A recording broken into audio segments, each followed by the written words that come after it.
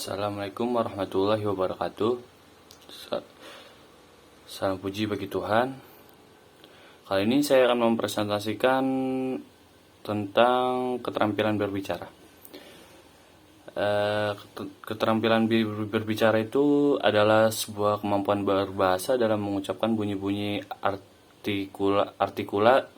artikulasi atau mengucapkan kata-kata untuk mengekspresikan, menyatakan, menyampaikan ide, pikiran, pendapatan, gagasan, dan perasaan kepada orang lain sebagai mitra pembicaraan didasari oleh kepercayaan diri, jujur, benar, dan bertanggung jawab.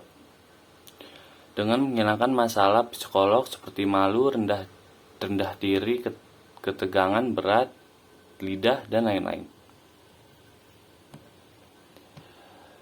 Berbicara merupakan suatu proses menyampaikan informasi, ide, atau gagasan dari pembicara kepada pendengar. Dalam menyampaikan informasi secara lisan, seorang pembicaraan harus mampu menyampaikan dengan baik dan benar agar informasi tersebut dapat diterima oleh pendengar. Untuk menjadi pembicara yang baik, pembicara harus mampu menangkap informasi secara kritis dan efektif.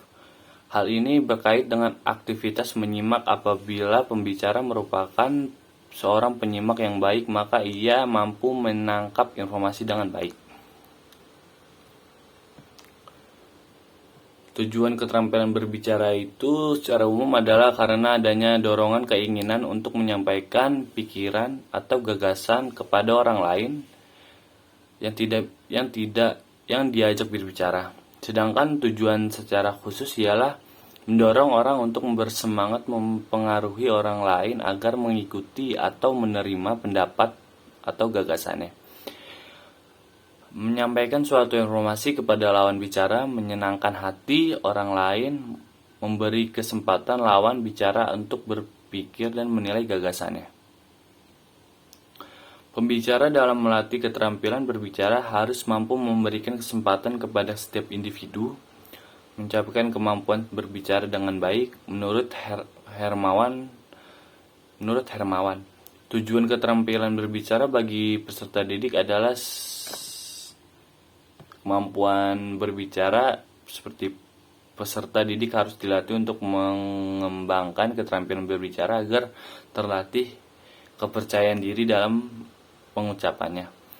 Yang kedua, kejelasan. Untuk melatih peserta didik agar dapat berbicara dengan artikulasi yang jelas dan tepat dalam mengucapkan. Yang ketiga, bertanggung jawab. Latihan untuk peserta didik agar berbicara dengan baik dan dapat menempatkan pada situasi yang sesuai agar dapat bertanggung jawab. Yang keempat, membentuk pendengar yang kritis, melatih peserta didik dalam menyimak lawan bicara dan mampu mengoreksi jika ada ucapan yang salah. Yang kelima, membentuk kebiasaan, yaitu membiasakan peserta didik dapat mengucapkan kosakata atau kalimat sederhana secara baik, dan ini juga harus dibantu oleh lingkungan sekolah atau guru. Jenis-jenis keterampilan berbicara itu, yang pertama itu ada bercerita. Yang bercerita dalam menuturkan suatu cerita secara lisan. Kebiasaan berbicara ini banyak ditemukan di berbagai daerah di Indonesia. Pada waktu dulu, kegiatan bercerita jauh lebih semarak dibandingkan masa sekarang. Kegiatan bercerita di kalangan masyarakat Jawa dan beberapa daerah lain juga mengenal kegiatan bercerita berupa pertunjukan wayang yang dibawakan oleh dalang dengan perangkat alatnya. Banyak daerah lain mengenal kegiatan bercerita tersebut dengan nama dan cara yang berbeda-beda. Kegiatan bercerita yang disebut di sini lebih bersifat tradisional, berlaku secara turun-temurun. Yang kedua itu ada debat.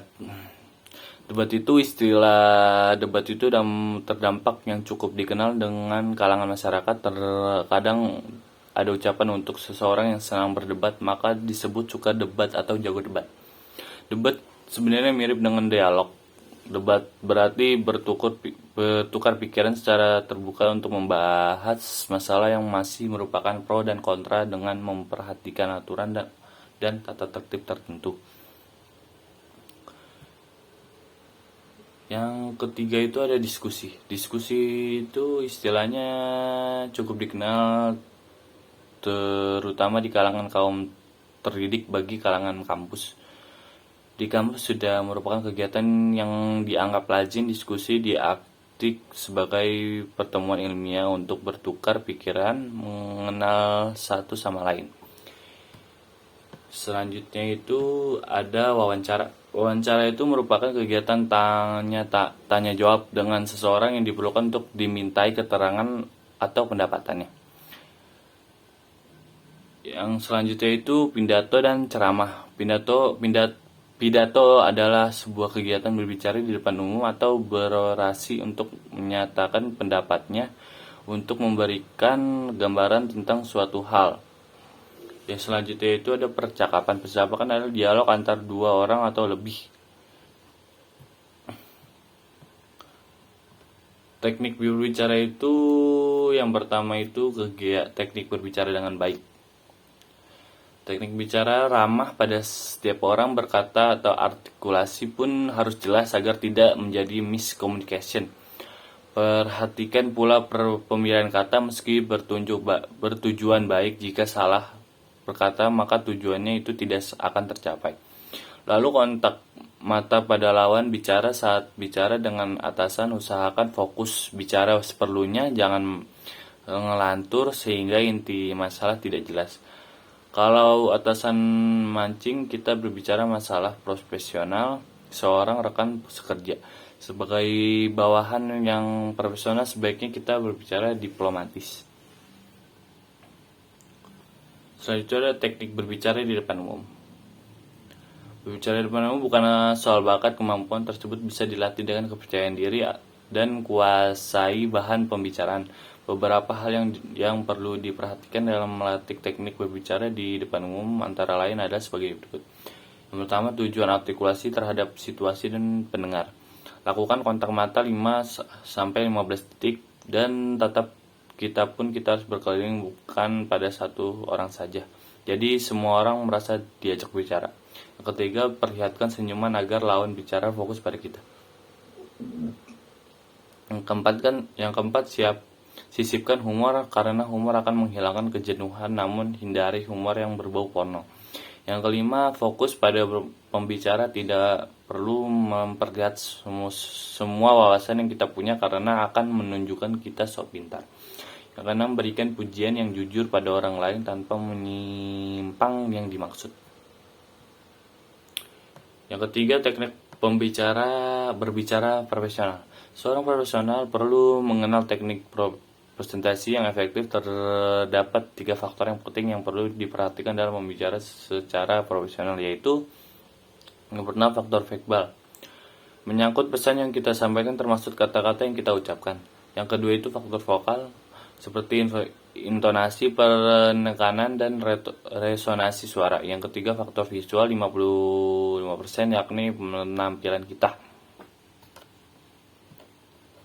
Yang terakhir itu ada teknik pembuka dan penutup pembicara. Untuk mengawali suatu pembicara adalah small talk seperti mengucapkan selamat pagi, siang, atau malam untuk memancing perhatian pendengar, melemparkan joke ringan.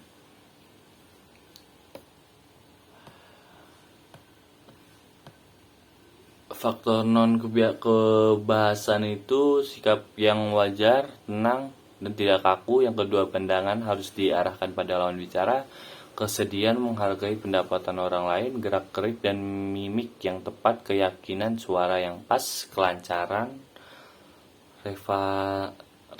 relevansi, penalaran, penguasaan topik. Sekian dari presentasi saya untuk mengenai keterampilan berbicara.